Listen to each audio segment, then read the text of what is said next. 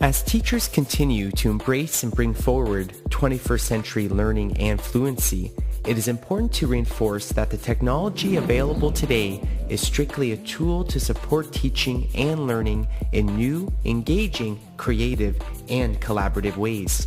The TCDSB's acceptable use policy for bring your own devices has been implemented to allow both teacher and student with further opportunities to harness 21st century tools in meaningful ways.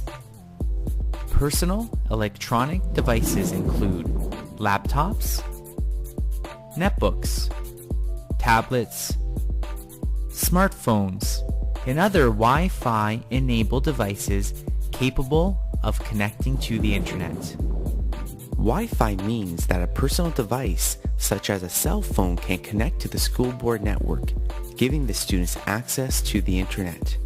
This means that whether in the cafeteria, common area, or classroom, students can have access to the internet and must use it responsibly. All students must sign a student access agreement before receiving their board network account. Using the board's electronic communication systems is a privilege, not a right, and can be restricted or removed if not used appropriately. Individual user accounts must remain private.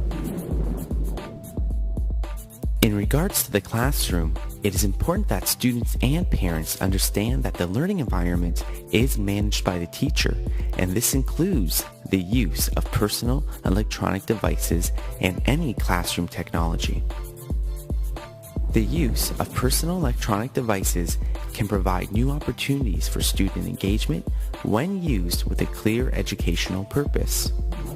Personal electronic devices are only permitted with teacher approval. When not in use, personal electronic devices should be turned off or in silent mode and properly secured to avoid damage or theft. When in use during classroom activities, personal electronic devices must only use the secured TCDSB Wi-Fi access, not personal data plans which would provide unfiltered access to internet content. Before inviting students to bring in PEDs, ensure that students have a clear understanding of the AUP policy. Advise parents that students are permitted but not required to use PEDs. Remind students that they are responsible for the security of their PEDs.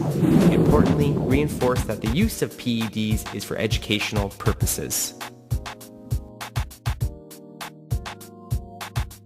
In the words of Pope John Paul II, while the internet can never replace that profound experience of God which only the living, liturgical, and sacramental life of the Church can offer, it can certainly provide a unique supplement and support in both preparing for the encounter with Christ in community and sustaining the new believer and the journey of faith which then begins.